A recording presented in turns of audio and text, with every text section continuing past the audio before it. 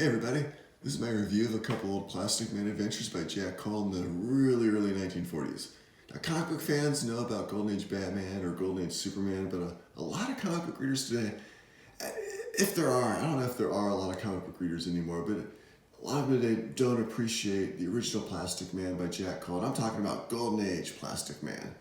In fact, I haven't always been aware of how interesting Plastic Man could be when done correctly. Now, see, when I was growing up, Plastic Man was thought of as a lower tier character, and any attempts to give Plastic Man his own series always ended in failure, pretty quickly. But these early Plastic Man stories by Jack Cole are pretty good.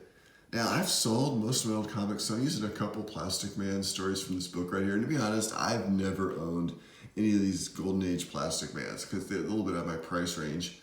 So I got it here from the Smithsonian Book of Comic Book Books. And my older brother gave me this book as a Christmas present when I was in high school. And at first, I thought it was just another comic book with the same old Superman and Batman and Captain Marvel stories that every other book like this has. But then I saw the Plastic Man stories. And it's not just one story, it's not just the origin story, but there are two stories. Are you kidding me? So Plastic Man did not have his own comic book at first. He was featured in what was called Police Comics. And I think this title has since been defunded. Now look at this though. I think this is pretty groovy 1940s comic art. I just wish the panels were a little larger and the story were a bit longer.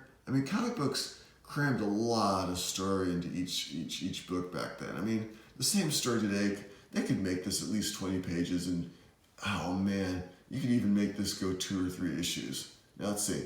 Plastic Man starts off as a criminal. His name's Eel O'Brien. Eel O'Brien.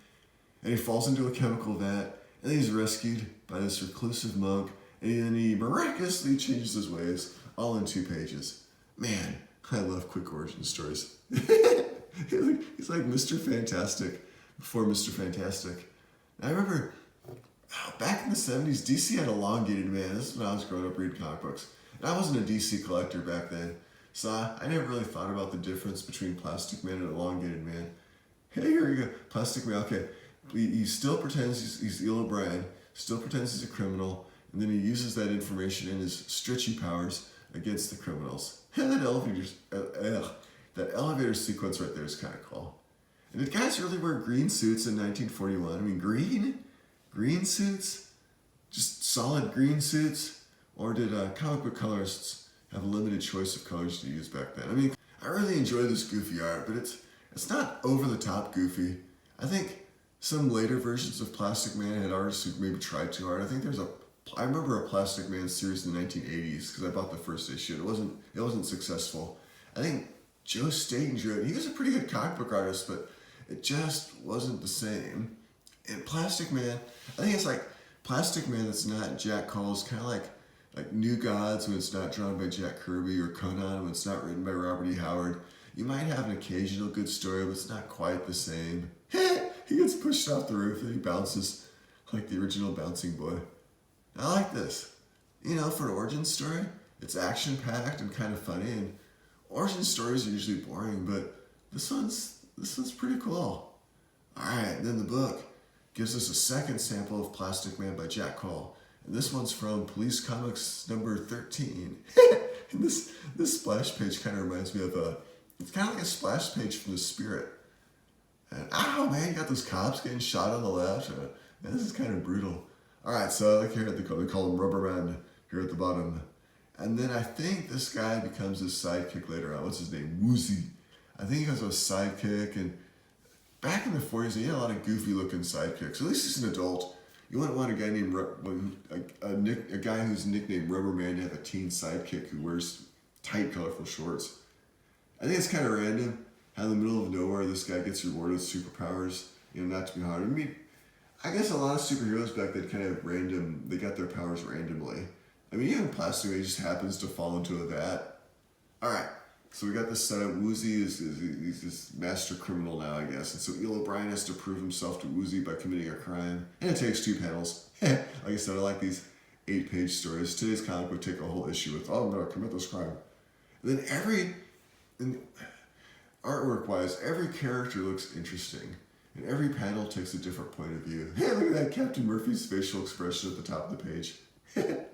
Okay, that is not a well-drawn panther.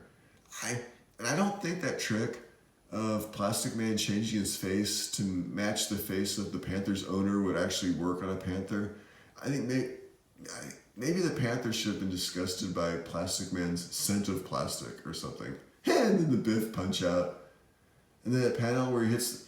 Okay, this panel where he hits the tree head on probably could have been more dramatic. I mean, I'm not one to criticize Jack Cole, but that's just not the best panel in the world right there. They could have made like a close-up or something, or had something with the stars going around there. So I know that sounds kind of like cliche, but something just to make that more... Okay, I have to point out something that's not perfect if I'm going to do a review. You know, I can't just say, oh, this is great. And then the ending is also kind of lame. I mean, Plastic Man just makes Woozy change his mind just like that.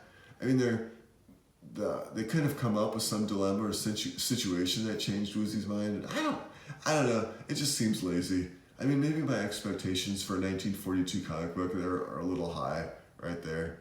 And, you know, and there at the bottom, Woozy winks, the man whom nature protects. Okay, that's kind of clumsy. I don't know if I'm going to buy a Woozy comic book. It's Woozy winks, the man whom nature protects. Hey, at least they used whom correctly right there.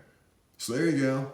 We have two examples of Plastic Man by Jack Cole from the early 1940s.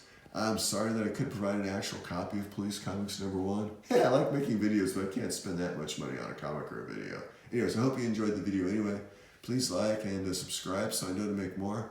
I also have a blog called Dysfunctional Literacy where I focus more on books than on comics. And I have some of my own writing, so you can check out that too. And thanks for watching.